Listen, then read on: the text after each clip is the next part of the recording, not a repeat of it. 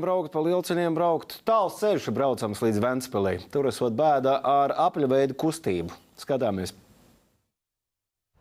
Šajos apļos jau gadiem valda absolūts hauss un avārijas situācijas ikdienā. Lūk, šādi raksta mums Beztabū skatītājs, kurš lūdz Ventspils autovadītājiem pastāstīt, kā tad īsti jābrauc Ventspils apļos apus Ventas krastiem. Atbildes meklēsim, lūk, tur aizmugurē. Džibs brauc Volvo. Pasakosim viņam līdzi. Tur viņš brauks. Un kāda būs situācija? Nu, tā ar pagriezienu. Ar pagriezienu, bet no otrās joslas. Un tur par to jau stāsts ir. Ja tu šitā izbrauc eksāmenā, tu vari iet uzreiz pieteikties uz jaunu.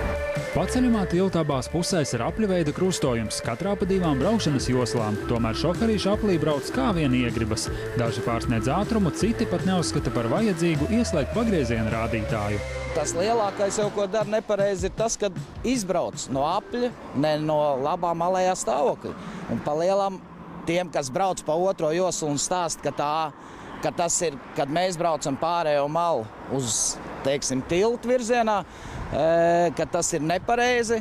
Viņi paši no otrās joslas brauc ārā no apļa nepareizi. Ja? Tas, kas it kā ir sodāms ar 40 eiro sodu. Ja? Autobraukšanas instruktors ar cienījumā autovadītāju stāžu Ventspils apļos pats novēro visai dramatiskas situācijas. Arī topošie autovadītāji izbauda ugunskritības pie tilta pār Ventu. Šeit, kārtojot eksāmenu, nevienam netiek aizrādīts, ja tu iebraucot aplī no pirmās joslas uz tilta aizbrauc pa ārējo malu. Pilnīgi nevienam. Mēs mācoties ļoti bieži dabūjam bremzēt, jo ir tie, kas no otrās joslas brauc ārā no apļa. Un tad ir tas moments, kad ir dūra logā? Jā, uz mūsu pusi, jā. Kaut gan vaina ir uz otru pusi, jā. Mazais korķītis sanāca? Nu, tāpēc viņš sanāca, ka viņš iet un viņš atkal no otrās joslas izspiedās ārā. Gan arī pat zīmē izķēra. Nu, principā gribēja to sarkano pastumu.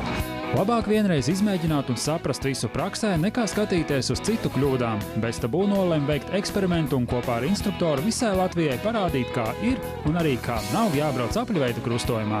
Ātrums ir 50. Brauks un tad tas noteikti.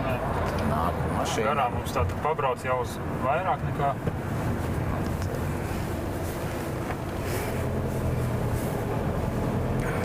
Tad, principā šādi, jā, lēnām jūs stāstat. Mierīgi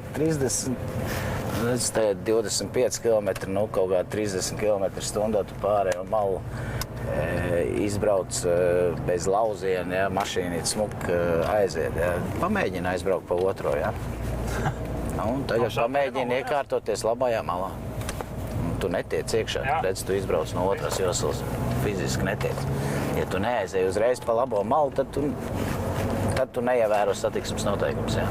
Apaļa izmērs rādījusā, ja, šī gadījumā tām 2 joslām viņas nav paredzēts. Gadījumā, ja jūs nebraucat ārā no apļa šī nākošajā brauktuvē, tad tomēr kustēties aplī pa šo iekšējo malu un labo ārējo malu, šo malējo stāvokli ieņemt tanī brīdī, kad ir jāizbrauc no apļa. To mēs pārbaudam arī un vērtējam arī savos eksāmenos, un to arī vismaz pēdējā laikā arī māca autoskolas.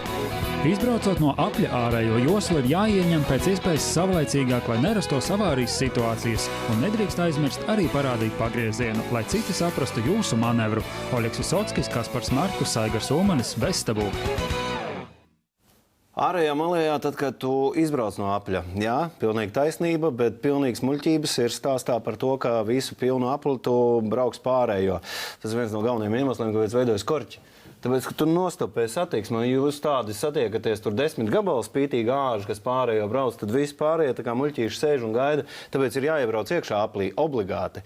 Ja tu nebrauc nākamajā izbrauktuvē, tu šauj iekšā aplī. Ja tu brauc nākamajā, ok, tu paliec ārējā. Un, protams, ka laicīgi, bet tur ir tāds rāvējs slēdzējiņš, visu laiku strādā iekšā. Nu jā, tā kā būtu, ja tu saulēcīgi stājies tajā ārējā malā, tad tu arī tiec. Un... Jo visi ārējā stāvē, tas ir viens no galvenajiem iemesliem, kāpēc ir korķi. Nu, tāpēc jau arī nav tikai viena šī te ārējā malka, ir arī šī iekšējā. Mūsu kaimiņu valstīs ir jau atrisināta šī lieta, tur jau ir salikti tādi, nu nezinu, kā to varētu nosaukt, tad paneļi, kas tev rāda, kā tev jābrauc, tu nemaz citādāk nevar iebraukt. Tālūk. Jā, tā kā ir vērts tieši tā iemācīsimies. Vismaz man šobrīd viss ir skaidrs, un paldies par šo jautājumu beigās, vai ne? Jā. Jā, pie skaidrības mēs esam tikuši, bet